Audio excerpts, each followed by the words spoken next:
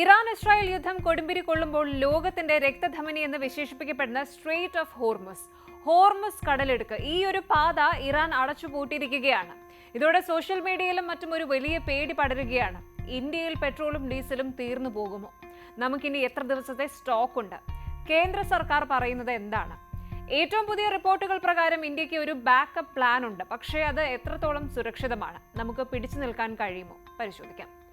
ലോകത്തെ മൊത്തം എണ്ണ വിതരണത്തിന്റെ ഏകദേശം 20% ഈ ഒരു ചെറിയ പാതയിലൂടെയാണ്, അതായത് ഈ സ്ട്രെയിറ്റ് ഓഫ് ഹോർമുസിലൂടെയാണ് കടന്നു പോകുന്നത്. ഇറാനിന്റെ നിയന്ത്രണത്തിലുള്ള ഈ ഒരു പ്രദേശം യുദ്ധസമാനമായ സാഹചര്യത്തിൽ അടച്ചുപൂട്ടിയിരിക്കുകയാണ്. ഇറാനിന്റെ പരമോന്നത നേതാവ് കൊല്ലപ്പെട്ടതോടെ ഇറാന്റെ തിരിച്ചടി ലോകം കണ്ടുകൊണ്ടിരിക്കുകയാണ്. ഹോർമുസ് കടലിടുക്ക് ഇറാൻ അടച്ചതോടെ ആഗോള വിപണിയിൽ എണ്ണവില കുതിക്കുകയാണ്.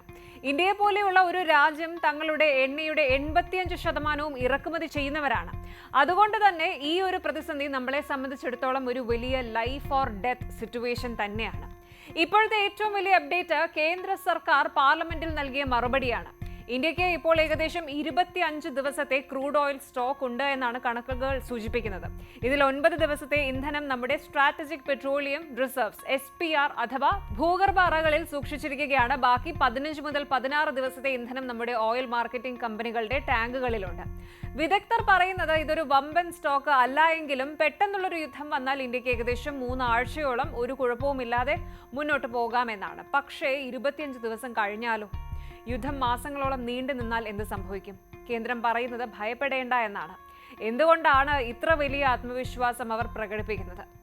ഇന്ത്യയുടെ ആത്മവിശ്വാസത്തിന് പിന്നിൽ ചില കാരണങ്ങളുണ്ട്. ഒന്ന്, നമ്മൾ ഇപ്പോൾ പഴയതുപോലെ മധ്യേഷ്യ മാത്രം ആശ്രയിച്ചല്ല കഴിയുന്നത്. റഷ്യയിൽ നിന്ന് നമ്മൾ വൻതോതിൽ എണ്ണ വാങ്ങുന്നുണ്ട്.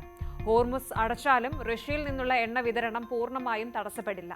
രണ്ടാമതായിട്ട്, ഇന്ത്യ അമേരിക്കയുമായും മറ്റ് ലാറ്റിൻ അമേരിക്കൻ രാജ്യങ്ങളുമായും കരാറുകൾ ഉണ്ടാക്കുന്നുണ്ട്. കൂടാതെ നമ്മൾ പുതിയ സ്ട്രാറ്റജിക് റിസർവ്സ് നിർമ്മിക്കാനും പ്ലാൻ ചെയ്യുന്നുണ്ട്. പക്ഷേ ഇവിടെ ഒരു പ്രശ്നമുണ്ട്.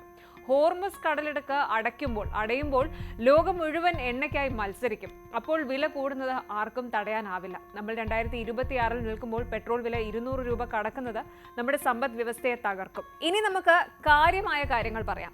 എണ്ണ വില കൂടിയാൽ വെറും പെട്രോളിന് മാത്രമല്ല വില കൂടുന്നത്. നിത്യോപയോഗ സാധനങ്ങൾ, പച്ചക്കറികൾ, അരി എല്ലാം ട്രാൻസ്പോർട്ട് ചെയ്യുന്നത് ഡീസൽ വണ്ടികളിലാണ്.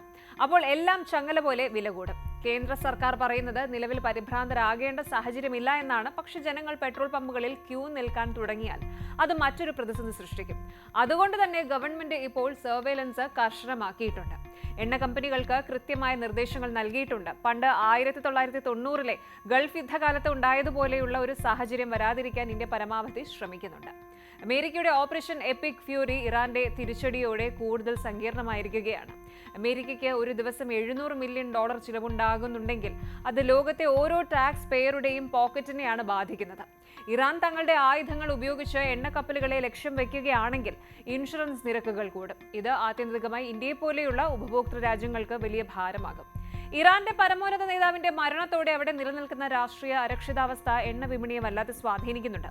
വരും ദിവസങ്ങളിൽ സമാധാന ചർച്ചകൾ നടന്നില്ലെങ്കിൽ ആഗോള വിപണി കത്തിയമരുമെന്നതിൽ സംശയമില്ല.